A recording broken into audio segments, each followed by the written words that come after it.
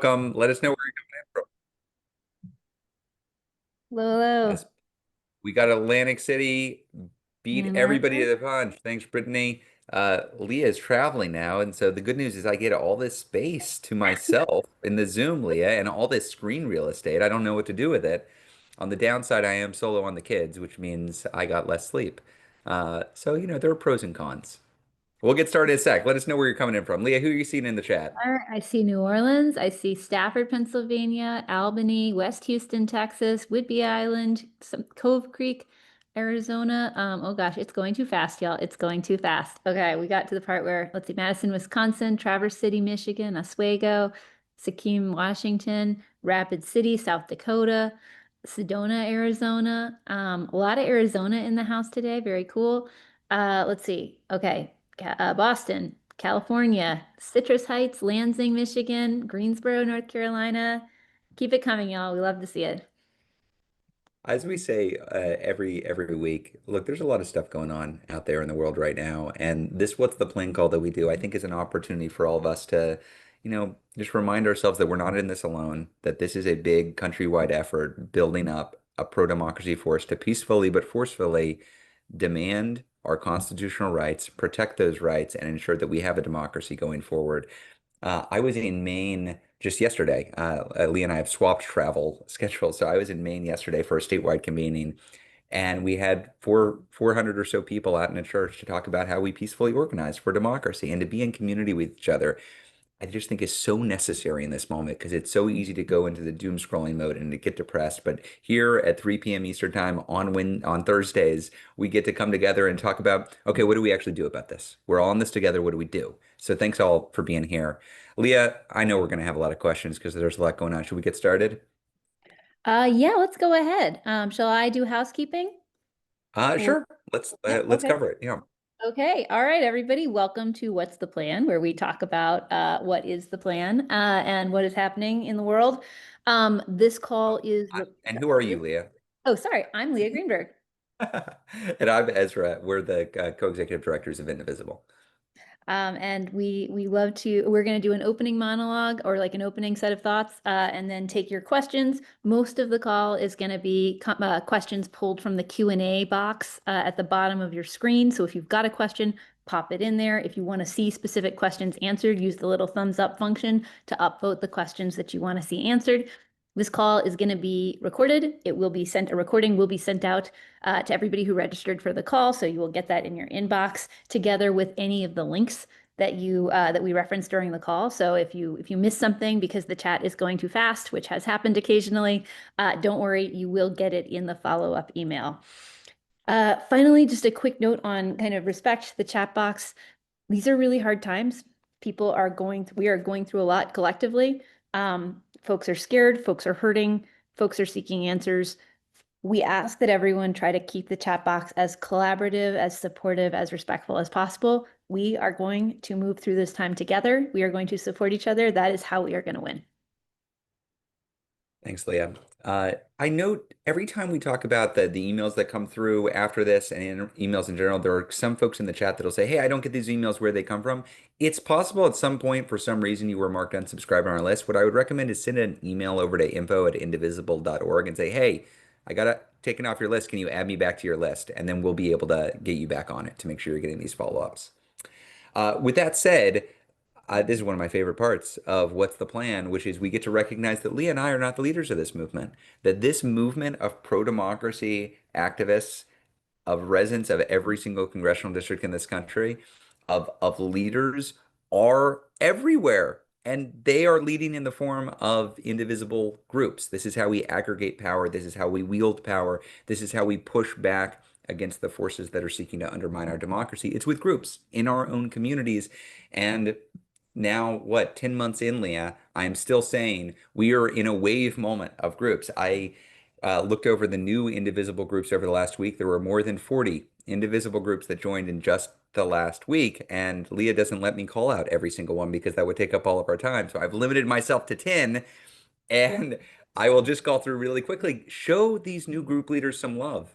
We need you here. You are welcome here. It's important that we're organizing in blue states and red states and purple states and rural areas and suburban areas and urban areas. That is how we win. We are a people-powered movement organizing out in the open, and you're part of that. So Claire with No King Silver Lake. I'm seeing more of these No Kings Indivisible groups be formally. I love that. That's in LA. We have Chrissy with Indivisible Commerce City in Colorado. Judith with Indivisible Ingleside in DC. We haven't had a ton of DC Indivisible groups. We're seeing a lot more now, I think, because of the occupation. Susan with Indivisible Worcester, Maryland, in Berlin, Maryland. We've got Trisha with Seacoast Indivisible in Wells, Maine. As I mentioned, I was just in this incredible statewide convening of Maine leaders. There are now 30, maybe this is 31 indivisible groups all across the state of Maine that are coming together to form a statewide coordinating structure, which is awesome. It's people coordinating and then people coordinating with people coordinating. It's great. This is how we build up. So I love to see it. It was really inspiring to be part of that yesterday. We have Alan with St. Francois County Indivisible. That's in Farmington, Missouri. Angela with Indivisible Northeast Nebraska in Norfolk, Nebraska. Sid with Indivisible at Rutgers University. There are university-based chapters of Indivisible, and it's great to see folks start setting those up. It's a great way to coordinate in your community. Love to see it at Rutgers. Heidi with Indivisible Buckingham in Buckingham County, Virginia. Mark with Rice Lake Indivisible. That's Rice Lake, Wisconsin.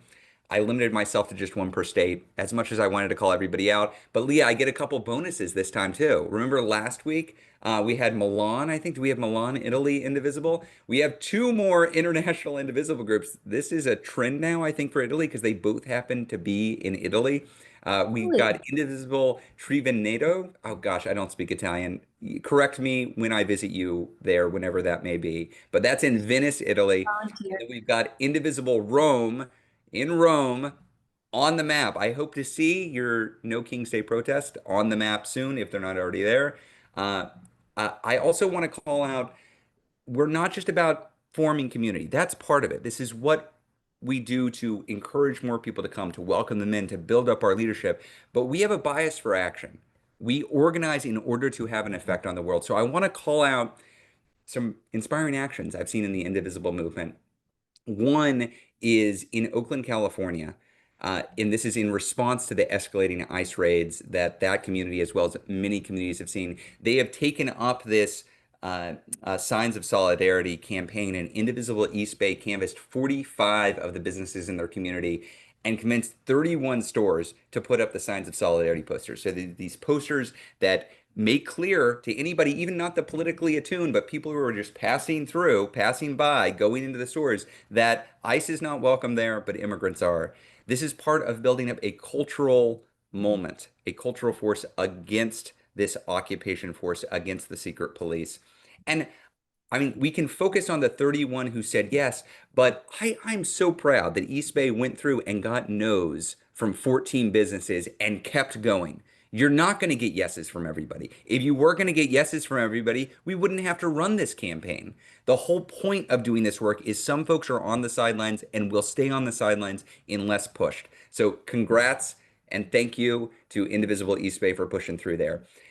Another one focused on ICE that I'm really excited about because the idea of 1 million rising was in part we would have some national campaigns like Signs of Solidarity that anybody could sign on to. But part of the theory was we're not the smartest people in this room. That you have to tap into the creativity, the entrepreneurialism, the strategic vision of local leaders. And I want to call it Vicki Miller with Indivisible Philadelphia because she alerted me to something I wasn't aware was an opportunity. And I think y'all can replicate it in your Indivisible group. Check this out.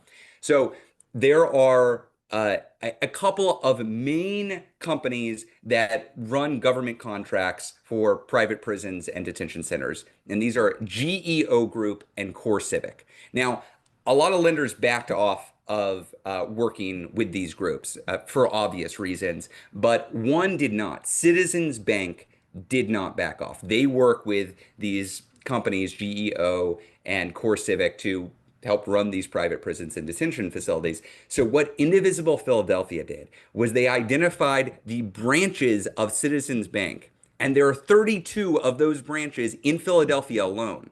And so they have been holding in-person protests. They just started last week, an in-person protest at those branches in Philadelphia. And they're adding more branches in the weeks to come. This is such a good example of identifying there is somebody who is collaborating with the regime, who is help implementing their egregious policy, and you identify not just the national level figures or the national level institutions, but where the representation of that is locally and where your organized people power can have impact. So incredible work. It doesn't just have to stay in Pennsylvania, though. So there are Citizens Bank branches in, I'm going to list this slowly, Connecticut, Delaware, Florida, Maryland, Massachusetts, Michigan, New Hampshire, New Jersey, New York, Ohio, Pennsylvania, Rhode Island, Vermont, Virginia, and Washington, D.C. If you heard your state there and your Indivisible group is looking for something to do, either with the statewide network or for yourself, check that out. Get in touch with Indivisible Philadelphia. They've got some recommendations for how to do it. Build, take inspiration from this, grow it. This is a great example of entrepreneurial activity that we want to see. And if you've got other ideas like this, let us know so we can help elevate. Leah, I want to celebrate some of the actions around the Jimmy Kimmel firing and ABC News and Disney, but I've been talking too much. So I know we're going to get into that in a little bit, and then I'm going to call those out. So with all of this said, I want to give an update on No Kings. We are now at more than 1,300 events registered for No Kings Day, which means we have a month ago, it's in 1 month from today. A month ago, there are more No Kings Day protests on the map than there were at the time we did the hands-off protests in April. In April, that was a huge protest. That was historic. We Was have already itself a surpassed. historic. We have already surpassed that. We track the rate of registrations. We are surpassing the number of events being registered than we saw for No Kings in June. This is on track to be the single largest protest in modern American history. That is what we are building towards. And that is really good news because of what we are seeing, which is this regime systematically clamping down on peaceful protests and on our First Amendment rights. I know you all know this, but the only effective way to fight back for your right to protest peacefully is to make your peaceful protest enormous, undeniable, unavoidable, overwhelming. And that's what we're doing right now. That is what we are doing. You know, Trump says, I couldn't care less. That's a quote from him. He says, I couldn't care less about right-wing political violence as he tries to clamp down on Jimmy Kimmel, on media institutions, on anybody trying to voice dissent. We know what he is trying to do. And the way that we push back and fight for our rights is to show up peacefully and in huge numbers. And we're going to do it. Leah, I'm going to shut up. I've been talking too much. I had too much to say. You've got a lot of good stuff to talk, though, about how we're approaching this current moment when it seems like the hammer's coming down on those who are opposing the regime. Yeah, absolutely. Well, I wanted to pull something out that I'm seeing pop up in some of the questions and that I know is a really active conversation on Blue Sky for folks who are on Blue Sky over the last couple of days, around kind of some questions around kind of registration in advance. Folks were raising concerns about, we're asking people to RSVP to protests. Why are you asking? Where does that data go?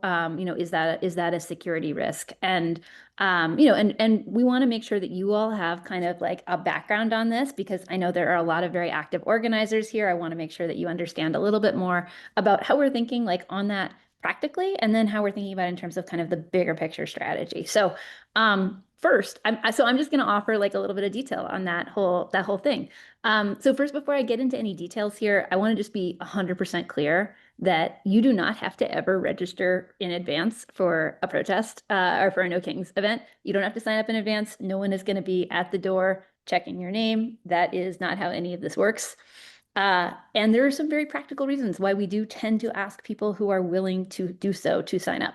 RSVPs help us to have a general sense of crowd size in different places. If 50 people RSVP, we have a rough sense that like maybe 200 to 250 are going to come, et cetera. They help us allocate resources, make sure permits cover the right number of people. If you're going that route, we got enough safety marshals. They help us disseminate very practical information and safety guidance to people who are attending in advance. So as many people have that baseline as possible. And they help us extrapolate the most accurate possible total crowd estimate so that we can report out a figure at the end of the day. So some of this is like just the practical logistics. Some of it is that we do, in fact, want to follow up with as many people who attend these things as possible, because part of why we do this is to move people into more and sustained and ongoing action, to move them up the ladder of engagement, right? We want people who come out to a No Kings protest for the first time to stay engaged, stay involved, find a local organizing home, take more action. That is easier if we can reach out to you afterwards with information and opportunities and stay in touch. Again, your mileage might vary. There are folks who have very serious personal safety considerations. They are folks who are people who are part of a potentially targeted or vulnerable group who know this administration is coming after them, who really don't want to have any kind of formal connection there. There are also folks who just don't want more emails. And I will tell you, as someone who also gets a lot of spam emails from across the ecosystem, there's a real problem with spammy, scammy actors in this ecosystem. We hate it too. We totally get that. So folks should understand, give us your email, not a hill any of us are going to die on. Here is though the bigger picture strategy thing that I think is important to pull out. And this is kind of the hill that I will die on. We're in the middle of this sprint by the Trump administration to consolidate their power and to bully American society into submission. The way they are going to do that is pretty simple. They go on the attack. They claim powers they don't have. They do stuff that's crazy illegal. They generate intense fear of retaliation, and they see if people will push back or if people will give their power away. And when people don't push back, they pocket that win and then they go further. We are seeing that play out right now. CBS folds, they go on the attack on ABC, right? And Disney. The greatest danger that we face right now is not actually the administration. It is how we as a society respond to that chilling effect. It is when we anticipate their attacks, we preemptively start to obey, we shrink back, we make ourselves smaller, we do what they want in advance. So I want to be so clear that our long-term strategy for winning, it depends on reversing that cycle. It depends on fostering mass defiance, a culture of mass defiance of the regime. Different people are going to play different roles in making that happen.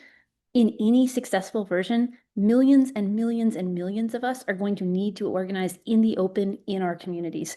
We're not getting out of this mess without millions of us deciding that that is a risk that is worth taking for our families, for our neighbors, for our country. Right now, there is nothing unlawful about gathering with our communities to exercise our First Amendment rights. The best way to protect those rights is to keep using them boldly and without hiding or according the administration powers that it does not have. I am not saying here that there is no risk of repression. They've been really clear. They want to repress peaceful protests. They want to come after all of us. They're not hiding that in any way. I am saying, though, that the best way that we reverse that process is by getting as big and as defiant and refusing to concede anything in advance and making their attempts at repression backfire.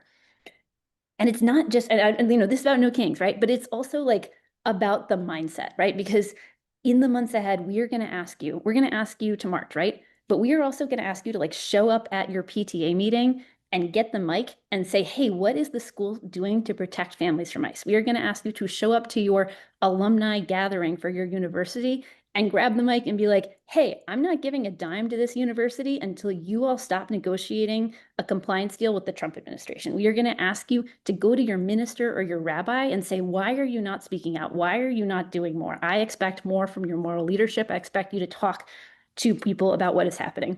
We're going to ask you to go door to door, pushing your local businesses into action. Hello, shout out to everybody who is already doing that. This stuff is hard. It is uncomfortable. It can come with real personal risks. None of us are going to get out of this mess if we don't lean in. So all which is just to say, like, I think I want to just be clear, we don't care if we have your email or not, but we do want to be really clear that we are conceding absolutely fucking nothing to this administration in advance. We are going to organize proudly. We are going to assert our First Amendment rights. We are going to ask people to join us. That is not because we are afraid. It is because we have faced the fear and decided that it will not win. That is what we are doing here together. The way out is together. Leah, I literally got chills. That was great. That was incredible. I almost think we should cut it off now. We didn't have Q&A. I'll be That was leaving great. now. Drop the mic. Leah's I'm out. done. Really beautifully said, expressed, quite convincing. I'm ready. I want to get out there right now. Um, Let's go to Q&A. Yes, Leah? Yeah, let's do it. Okay. Uh, as expected and as hoped, the first question is on the recent events with Disney and ABC. So Ken asks, does Indivisible plan to get involved in any way opposing the intimidation by Trump MAGA FCC of Disney slash ABC and suspending Jimmy Kimmel's show? His comments were factual and not any basis of the threats of investigation or license revocation. A boycott of Disney slash ABC, perhaps. I agree, Ken. I agree. Unfortunately, for my 2-year-old and my 5-year-old, we are canceling our Disney Plus. We are going to be calling on all indivisibles to be canceling Disney Plus. Canceled Hulu yesterday as well. We are not going to be the only ones individually doing this. We are not going to be the only organization doing this. Um, it's going to have to be all over. I think what we have seen over the last several months is institution after institution, leader after leader buckling to pressure, and in the absence of rapid response, rapid blowback that makes clear that there is a consequence for capitulating to this regime, they're going to keep doing it. And I think this it could have happened 5 months ago. It could have happened 5 weeks ago. It could have happened 5 days ago. We have to make it happen now. There needs to be pushback right now. So we are going to be joining up with folks to boycott Disney. We are going to be doing what we can using the resources we have to reach as many people as possible. That this is the time to make your voice heard. That we're not going to just go along with regime capitulators. And if y'all have any recommendations for other shows that my 5-year-old and 3-year-old can watch, I welcome them. This is Leah, this. Yeah, it's a any live. It's going to be a live discussion in our household. well, yeah, I'm almost there's a lot opening of other good comments. stuff. I think we'll Welcome manage. to the support group for parents of toddlers who are no longer going to have access to Disney Plus. We're going to figure it out. We'll figure it out. We all have to bear some amount of cost when the fastest regime Exactly. comes at us. Exactly. Leah, Okay. any other? So I wish I had a website to I, plug you into right now that and a whole campaign plan. What I will tell you is since last night, our team has been on fire, working both internally and across the ecosystem to try to figure out how we all collectively respond. This will not be an indivisible only thing. This will be much bigger than that, and I think that's important. But we will be throwing in for it. Yeah, and I just want to note there are Indivisible groups, and Oh, some of you great. are Yes. probably on the call who have already sprung into action. I know that Indivisible Yola was out earlier today. I know there are protests for this afternoon outside of we're gonna get the location and tell you what it is. But I know that people are already throwing up rapid response protests on this.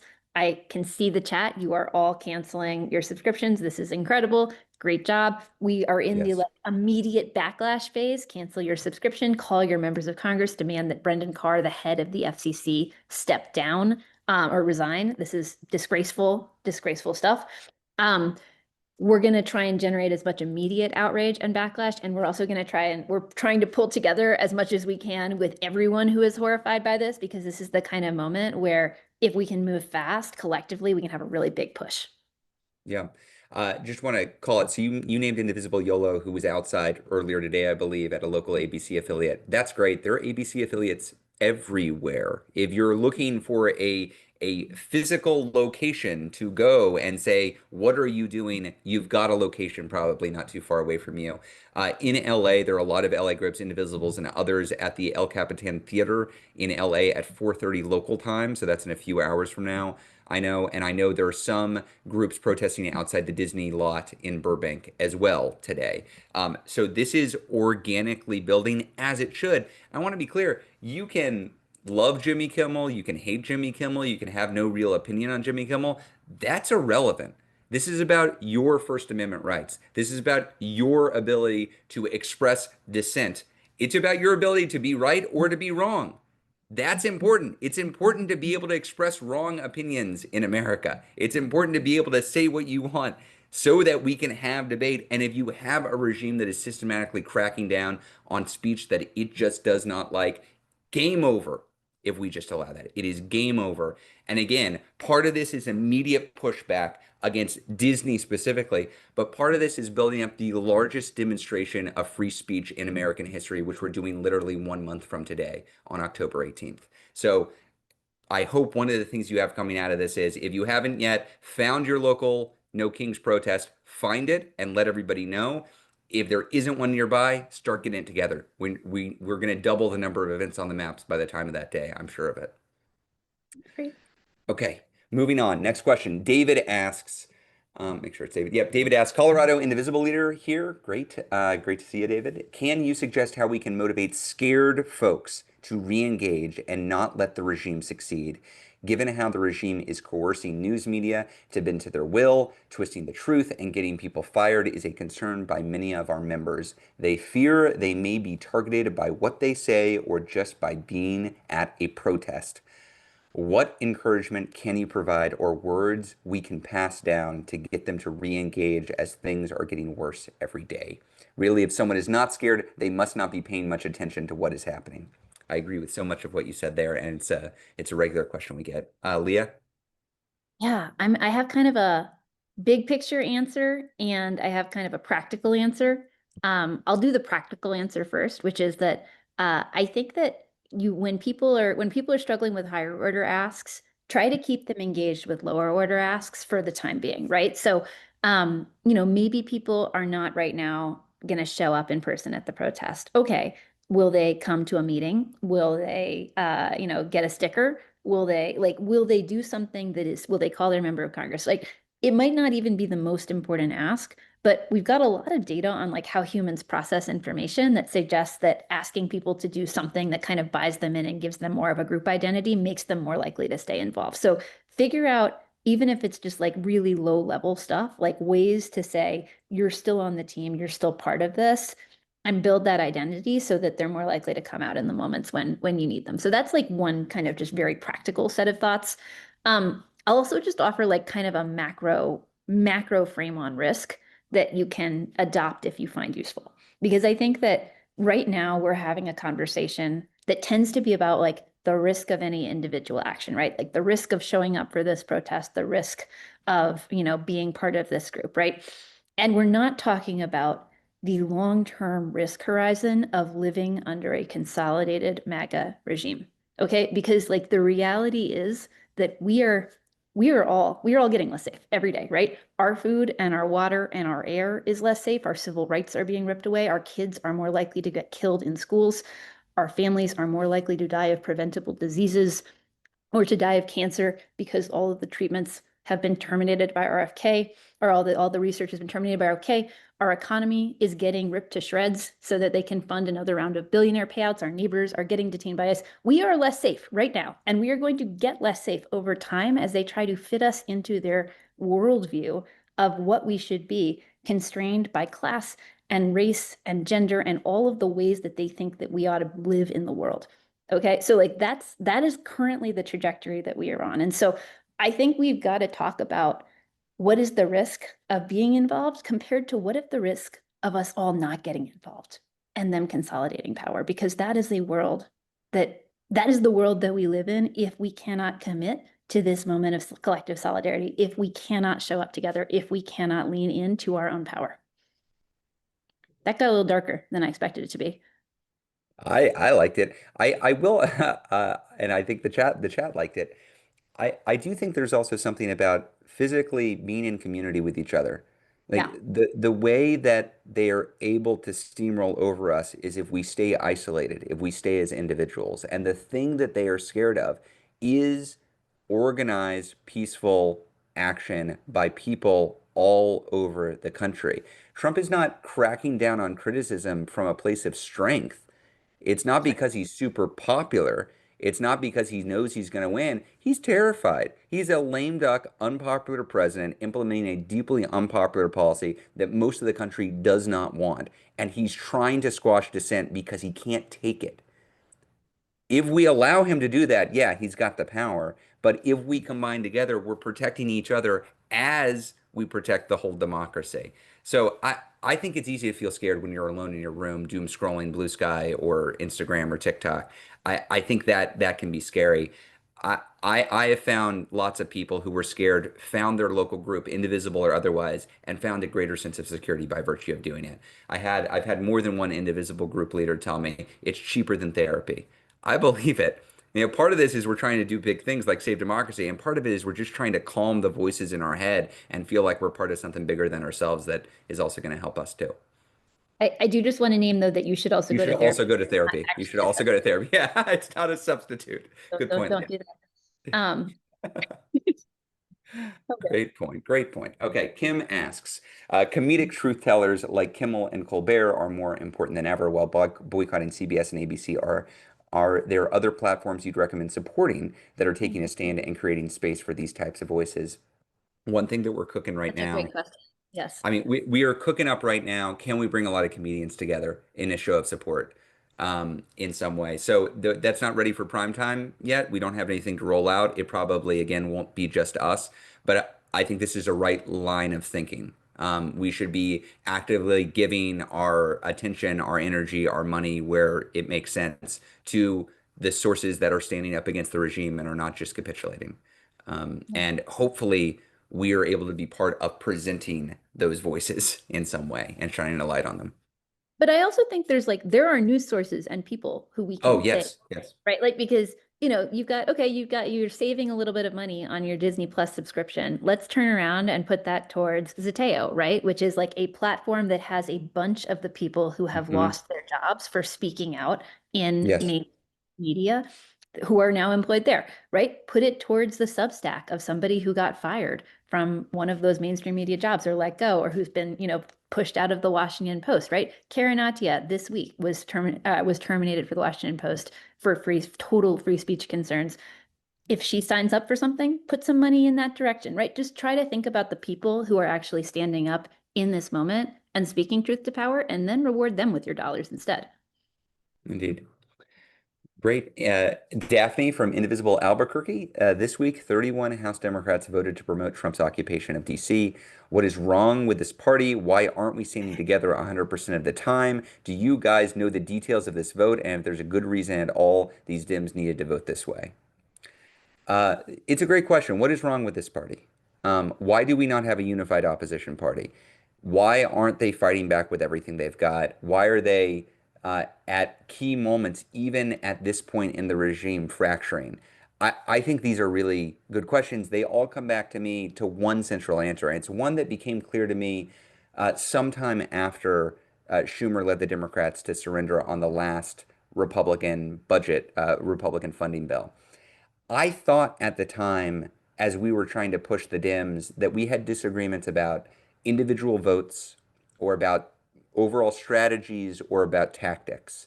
And what I came to believe actually was those were all downstream of a central disagreement we had with some members of the Democratic Party, which is about reality itself. It was about whether we are truly in a constitutional crisis or if we are more or less in a politics as usual situation. And I might straw man this a bit, but let me try to present the other side of the argument. It goes something like this. Donald Trump is a lame duck president who is somewhat unpopular. He's implementing an unpopular agenda. That will make him less popular as time goes on. What we know from history is that unpopular presidents tend to lose votes in the midterm. And the role of the other party, while that unpopular president is doing unpopular things, is to shine as much light on the unpopularity as possible and hold out until the next midterms when you can retake Congress and then you build from there. I think that's a worldview. I disagree with it. I understand it.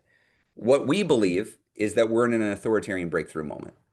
That if your solution to this moment is to hold out until you get to the midterms, you might not make it to the midterms with free and fair elections where you can retake power.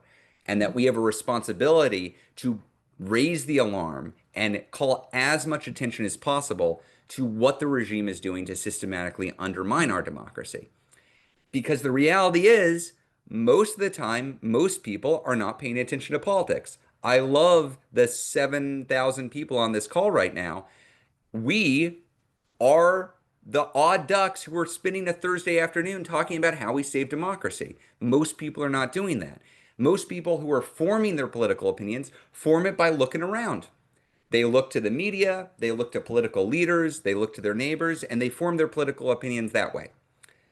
And if you, as a political leader, are not saying, this is a five alarm fire, we need to be out there, we need to be changing our behavior, we need to be confronting the authoritarian regime, then a lot of people aren't going to feel that way. That disagreement, I think, underlies why you still see in this day, in September of 2025, you still see Democrats voting in support of what the regime is doing, because that's politics as usual. That's basically behaving like they would under a Mitt Romney presidency, or under the George W. Bush presidency, or under a Reagan presidency. Now, I would have disagreed in social and economic policy for all of those presidencies, but I think we're in a categorically different place now. We are going to head into a primary season. After we get through this November election, after we get through this shutdown fight, we are going to have an opportunity to demand new Democratic leadership, or we're going to accept what we've got. And so if you are frustrated with where the party is, I would strongly recommend that you, as a group of indivisibles, or you as a group, wherever you are, identify who the weakest links of the party are near you and replace them with folks who are actually going to fight back. That's something that's in your power to do. And if you happen to be surrounded by the best leaders imaginable, find some other key fights in the country and put your chips there. Say, I'm going to get rid of X. I'm going to work with the Indivisible group there. I'm going to help them get rid of X member of Congress or X senator who is not working for us. We have to do that. That's a fight that's coming. And I hope to see a lot of Indivisible groups take it up. I'm going to answer a more narrow version of this that's specifically on the DC piece of the resolution. I think that was a That great makes answer to sense. what is wrong with this party. And I'm going to go to the like DC specific piece of this because I do think there's some really important dynamics here to like name and have at the front. Um, the entire kind of Trump sending in the National Guard thing, you have to understand in the context of a attack on Black political power in this country, on cities that are run by Black mayors predominantly, or that have like a large Black population, and the ways in which that is being done with kind of a classic divide and conquer racialized frame focused on crime as kind of a way to justify a broader power grab. And Democrats are not in, the best at recognizing these kinds of divide and conquer ploys and standing up against them consistently. And what we're seeing here is a bunch of Democrats basically like don't yet have an assessment that defending DC and defending DC's independence and its right to make its own decisions and its residents' rights to be safe from this kind of crazy intrusion is actually part of the bigger pro-freedom, pro-democracy agenda, and that they need to understand that what needs to change is they need to understand their constituents are in solidarity with DC and that they view protecting DC and protecting DC's independence and integrity as part of that broader agenda that we need to see them fight for. I think that if you've got one of those representatives, first you should be letting them know because their basic calculation was kind of like, this has the words DC and crime in it. I don't want to touch it at all. I'm just going to take this vote. And that's the kind of thing that can be reversed if they get enough local backlash. If you got those people coming to a No Kings event or wanting to come to a No Kings event, why do they think they can come to a No Kings event if they are not actually protecting people who are under threat, if they are not actually pushing back against this incursion into DC sovereignty? Have those conversations with them. Yeah. Bree asks, in light of what happened to Jimmy Kimmel, will you support an effort to boycott Sinclair? We could protest outside local affiliate stations all across the country. Um, for folks, Sinclair is a right-wing propaganda arm of the Republican Party, as much as any institution. They are doing just a ton of damage, especially at the local level. I tend to think that ABC affiliates will be more receptive to pressure because Sinclair is so ideologically driven. But by all means, if you have an effective campaign to wage against Sinclair, I would support that. Yeah, no concerns at all there. Leah, other thoughts about Sinclair in I specifically? guess what I would say, give us 24 more hours to have like the Yes. full set of plans and products out for you because we see this as a moment that is really important for the broader ecosystem to come together to push back. And we're gonna need slightly more than 12 hours to have a full assessment of which levers how. But Yep. heard and will respond. Yep. Yep. Rachel asks, what's the status of the Democratic position, demands, and votes on the GOP budget resolution? And since Congress will not be in Washington next week, will the vote take place tomorrow? That is Friday, 9/19. Quick update for folks who haven't been following it as closely. Remember that back in March, there was a deal made that was just the Republican funding bill. It was a 6-month deal to fund the government. The House held firm. The Democrats in the House held firm. Schumer led the Democrats in the Senate to cave. Therefore, we got this Republican bill that funded the government for 6 months. We are now up against a funding deadline at the end of this month. If there is no action, the government goes into shutdown. Where we stand. For several weeks before last week, you saw Indivisible having a very clear demand, which was Democrats, tell us what the hell you're fighting for. Just tell us what you're fighting for. What are your lines in the sand? Because we have been worried that in the absence of specific demands, we would see a repeat of what we saw in the spring. Then last week, Schumer and Jeffries, to their credit, it is good. They came out and said, here's what we want. We want Medicaid restored. We want the ACA tax credits restored. And we want no more budget shenanigans. So these rescissions, this impoundment that allows the administration to basically ignore deals. So there's no point in coming to a deal at all. Now, there are other Dems who are fighting for an end to the invasion and occupation of American cities, to an end of the authoritarian behavior and mismanagement of the administration's resources when it comes to Americans in all parts of the country. That also seems like a great ask. We now stand uh, at a standoff. There's a standoff right now. The Republicans are claiming they're not going to move, and the Democrats are saying these are our demands. Come to the table. You've got to actually do something. You are the majority. The outcome of this could be that the Democrats cave again, that ultimately they blink and the Republicans get their deal. The outcome could be that the Republicans say, okay, we'll give on this. We'll give you this because we don't want to face repercussions from healthcare cuts in the midterm. So we'll give it to you. And we win on it. Another outcome could be a shutdown where the Republicans refuse to budge, the Democrats refuse to budge, and then we'll see who caves first. The good news for our side is this deadline is at the end of this month. 2.5 weeks after this deadline, we're going to have 5 to 10 million people out in defense of democracy for no kings. And those folks could be out there supporting Dems for their position, or they will be out there holding Dems accountable for having surrendered. So I think this is timed quite well for this budget fight.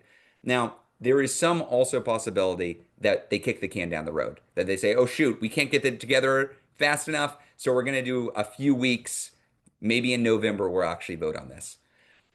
What I would say is now is the time to continue pressure on your Dems to encourage them to stand strong. We do not want them caving. There are some reports that some Senate Democrats are waffling, and John Fetterman has already come out and said, no, I'm not going to do anything to fight for my constituents. I'm going to just vote for the Republican bill, whatever it is. He has said that. He's the only one who has gone that far, but there are others who are waffling. I would recommend folks, if you're making one call to Congress uh, on this over the course of the next week, that the call is stand strong. We're behind you. We'll back you up. As for the vote coming, no, I don't think the vote's going to come tomorrow. I think it's conceivable they'll kick the can down the road faster, but I think we're going to see this vote next week or the week after, right up to the line. That's the current conventional wisdom. So we've got some time. Leah, I always take that budget question. Sorry, you take the next question. No, no, it's great. Okay, Guy asked, do you agree that expending energy venting about hypocrisy and fascism takes away from the ability to be fully organized with new vibrant leaders and coherent messaging and strategy? They have been winning, and many of us are still venting. Why spend time complaining about Kirk and the MAGA response? Let's get our movement going. I think there's an important point in there, which is that they're super hypocritical. They're massively hypocritical. They're regularly hypocritical. And also there's not like a magic award that you get if you prove that someone's hypocritical, where like the umpire of debate comes down and like gives you all the points and you've won the argument, right? Like it is part of a broader story that you are telling people about what Republican governance has meant for them, what it means for their lives, what threats it poses to them going forward, versus like an ongoing kind of effort to score points. I guess what I would say here is I think in general, if you are spending a lot more time complaining about things than you are channeling that into regular and ongoing organizing activism, organizing other people, talking to people who don't yet agree with you, the stuff that actually involves meaningfully building power, then I would reevaluate. The way that I find that this mostly manifests is people who are kind of treating news consumption and or commenting on the internet as the primary form of activism that they are doing. And we've said this before, right? Reading a lot of news does not actually constitute a form of, being really informed is fine, but it is not a substitute for spending time in the act of doing something in your community, in the act of bringing new people in the act of organizing, getting involved in some meaningful way. So in general, I would say that if you find yourself spending, if you find that your diet of time spent complaining is getting out of whack, yeah, figure out something more practical that you can do right now, whether that is plugging into a local organizing home, whether that is taking some easy digital asks, whatever it is, just try to readjust that balance.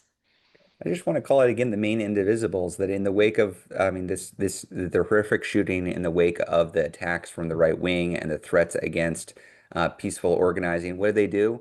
They all came together to talk about how do we build a statewide coordinating structure? And they all came together with 400 other folks in Maine to talk about how do we organize together to push back. That's the real work. That's where you actually make progress. So would highly encourage folks to do that. If you're chomping at the bit and you're saying, "Gosh, I really want to do that," and No Kings is a month away, and yes, I'm going to jump onto that, but I want other things to do. I've seen in the chat it called out a few times, and we've been supportive of this. This coming Sunday, there's something called Sunday, Sunday, which is a climate-focused national protest. Check it out. You can Google it. Bill McKibben, one of the leading climate advocates in the country, has been behind this and organizing with a lot of other folks. Would recommend take a look. You will find other people who are looking not just to fight back against the atrocities at our doorstep, but are looking for how to build a brighter future. Uh, Next question is from Ernie. Leah, Trump and his allies are openly threatening left-leaning groups. They are already investigating ActBlue, openly naming several foundations. Do we know how prominent Indivisible is on their radar? And should local groups be taking steps now to protect themselves? Yeah. So I would really go back to the points that I made up front when we were talking about the administration cycle, right, is, and this is the classic dictator playbook, is to, make threats to claim powers they don't have, to see if people push back, or to see, more importantly, if people shrink back in advance. And so what I would say here is we've definitely, we're all monitoring the ways in which they are trying to turn the horrible killing of Charlie Kirk into a weaponized attack on their adversaries, everything from the Jimmy Kimmel cancellation to the threats that we're seeing surface on this front. And the way that we're going to handle that is we're going to continue to do what we do, which is peacefully organize in the open and do our work and bring in more people and get bigger and bigger, because Americans don't like this stuff. They do not want comedians pulled off the airways for being, for making a joke at the expense of the regime. They do not want the kind of unaccountable governance that we are experiencing. They do not want their neighbors snatched off the streets while they are taking their kids to daycare. They don't want this. So we're pulling those folks in, we're talking to them, we're exercising our First Amendment rights, we are organizing peacefully, and we are not conceding anything in advance. That's right. We are continuing to be out there. I think it's important for all of us to understand the risks, and also it's important for many of us to accept that the only way we get out of this is by organizing together, and the way that we lose is by backing down out of fear. Ernie, thank you for the question. Deborah asks, with the new government censorship, how can we communicate or engage with each other if communications are affected? Can they stop cell service and such? Can they basically shut us all down? Deb with South County Resistance. I guess what I'd say is that's a really late stage in the process. If like it's not literally impossible, but I would be worried about many things before that point. I think, as always, it's better to do your communicating and your organizing on secure platforms. Use Signal, not WhatsApp, which is owned by Facebook, stuff like that. But I do not think that we are close to that kind of stage. And if we were a lot of things would have happened between now and that point to get to there. That's kind Again, of a not to general answer, but yeah. I I do think digital communications are a useful tool that are helpful, but we do really have a bias towards in-person organizing and action. I think some of the strongest indivisible groups out there, while they might have a website presence or blue sky presence, or they might have their signal chains, they're also gathering in person on a regular basis. And I think that is a really important part of building community. Digital tools can be helpful, but there is something built into our DNA as human beings that helps us build community, feel safe, and protect each other that comes from gathering in person. So this is why we talk all the time about the group-based organizing and those groups meeting in person, because a lot of power comes from that. They can't ultimately stop us if we continue meeting with each other. There are too many of us and they are too unpopular. So would highly recommend you create a regular schedule. Maybe it's weekly, maybe it's bi-weekly, maybe it's monthly that your indivisible group is meeting. So you can discuss these issues in person and you can come up with action plans for how you'll continue should you find yourself against some barriers. Lisa asks, what's the liability of indivisible leaders in today's climate? Can we be sued or held liable for any tragedies, for example? It's a question we've got a few times, Leah, on the legal side. Yeah. So extremely important disclaimer that I am not a lawyer and I am paraphrasing the like very high level understanding that I have and that we have if you want to have a longer conversation about this, I'm going to ask our friends who are staffing the chat to help figure out how we can have a direct conversation about any specifics that you are particularly concerned about. But in general, your group is responsible for things that you say and do, as well as things that you encourage people to say or do at an event. Um, which is, and that is kind of like what you are legally liable for. Now, that is not, again, I'm not a lawyer. That is kind of the highest level guidance. Different states have different parameters. And obviously, like the fact that that is ultimately the kind of top line does not mean that somebody might not try to, start a suit or something like that. However, that is kind of the very high level the answer. Kathy asked a question that is a hot topic of debate internally, Leah. We need a national symbol of unity to stand against authoritarianism or for pro-democracy. I'm interested in using purple bandanas. It's not about being red or blue. It's about standing in solidarity with each other for our democracy. How can we as a group come up with something we can stand behind? Um, so we have had this conversation internally and with a lot of the No Kings Coalition and other folks, and we're circling around an idea that, Leah, we're not allowed to fully announce anything yet. Well, I mean, so we're actually, I would just say we agree this is a gap. And one of Yes, the things yes. we're tracking and trying to figure out is like what's getting organic pickup that we can start to pull out and capitalize on, right? And so thinking about things that we're seeing pop on the internet, things that we're seeing start to like take off in places like Reddit. The color yellow and black have come up a lot, which is obviously very like, kind of people taking pieces of the No Kings logo and running with it as a color scheme. Um, we agree this is like a need, and what we really want to do is try to figure out like what's already starting to organically take off that we can collectively come in together on. But we hear you, and we think this is something that we're this is something that we're very much thinking about right now. We had a whole hour-long meeting with folks, was it yesterday, Leah, just on this specifically. So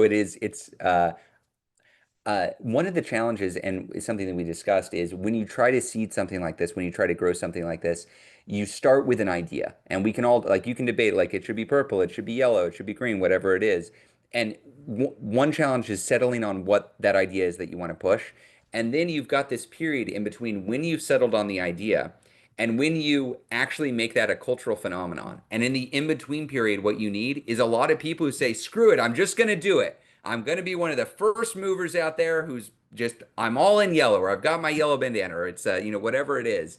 And we're going to need a lot of people who do that. So this group, once we have something, we are going to be asking all of y'all to help be the first movers on this to make the thing a thing. Uh, Hopefully we'll be ready to come back here soon and try to push on something like that. Uh, Next question. Kenneth asks, do you agree that the ACA should be the Schumer-Jeffries top shutdown demand? Shouldn't it be don't fund fascism and the secret police or nothing else will matter? They are wasting a crisis. This is the last best chance till 2026. Why are they acting as business as usual? So I agree that the ACA and even Medicaid are not on their own enough. And if they just got an extension of the ACA or just got Medicaid, I would say they've missed out on an opportunity to actually use their power.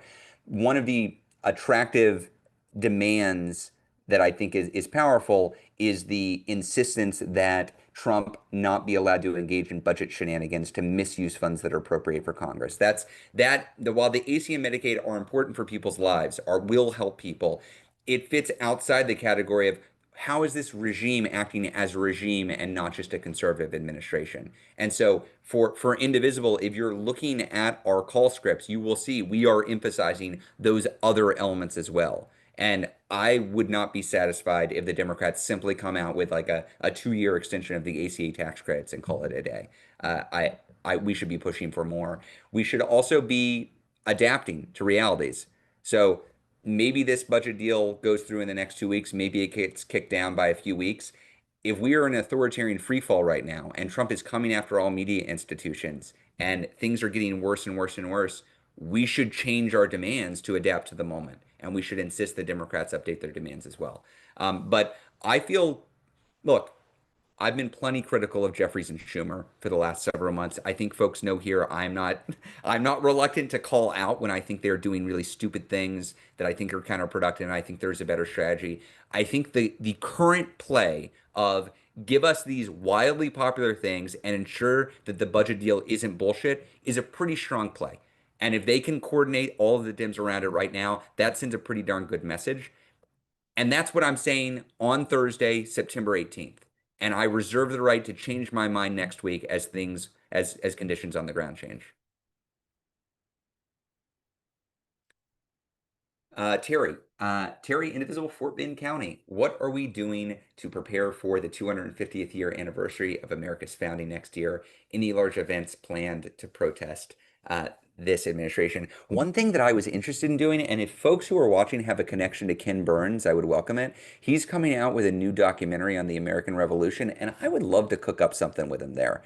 But I do think one of the real successes of No Kings was the extent to which we claimed patriotism, we reclaimed the flag, we made clear that we are fighting for American values, and we weren't ceding that ground to the other side. So I do not think we should be ignoring the 250th year anniversary. I think we should be leaning into that as much as possible. I would not say that I'm planning right now for events 9 months in the future, because I'm not sure what this country is going to look like 9 months in the future. We are planning right now to survive to fight another day, but know that that is on our radar, and we plan to make as much out of that moment as we can.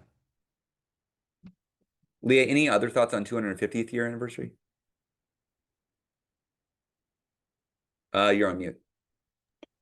I would love ideas. I would love ideas from the field on this one, just to be candid, because I think this is going to be, it's not just like, oh, there will be a big celebration on the 4th of July. This is going to be a massive theme that runs all the way through the year. And you really need to be able to consistently tell this story, right? The story that we are telling of No Kings about how we are fundamentally the ones who are fighting for American values. We are fundamentally building the movement that is creating, that is creating the America of the future. We really we're going to need to figure out ways to weave that through everything that we do. And so I would love, honestly, I think this is like a great place where I would love to tap into the creativity of everybody on this call. And I don't know if we have the ability to do that in our upcoming survey, but if folks have ideas, I would love them in the chat, and we'll try and come back to this at a later date as well. The next question is from Mandy, who asking about the combination between we organize in public and then the taking people's names. Leah, I think you covered that with your opening quite compellingly. Is there anything more that you want to add on that on Mandy's question? I think that's about it. I mean, what I would say in general is we take data security very seriously, as does Mobilize. We are not, again, we are not in the business of complying in advance. And that is simply where we are. And also, we do in fact want to be able to reach as many Oh, people as possible as in order to build the biggest and strongest possible movement. I don't know if we only lost Leah or if you lost me, but I'm going to keep on going. You lost me? We are actually at four You gone? Uh-oh. Oh no. in this moment and building community with all of us. Um, it is a really tough moment to be organizing, but we know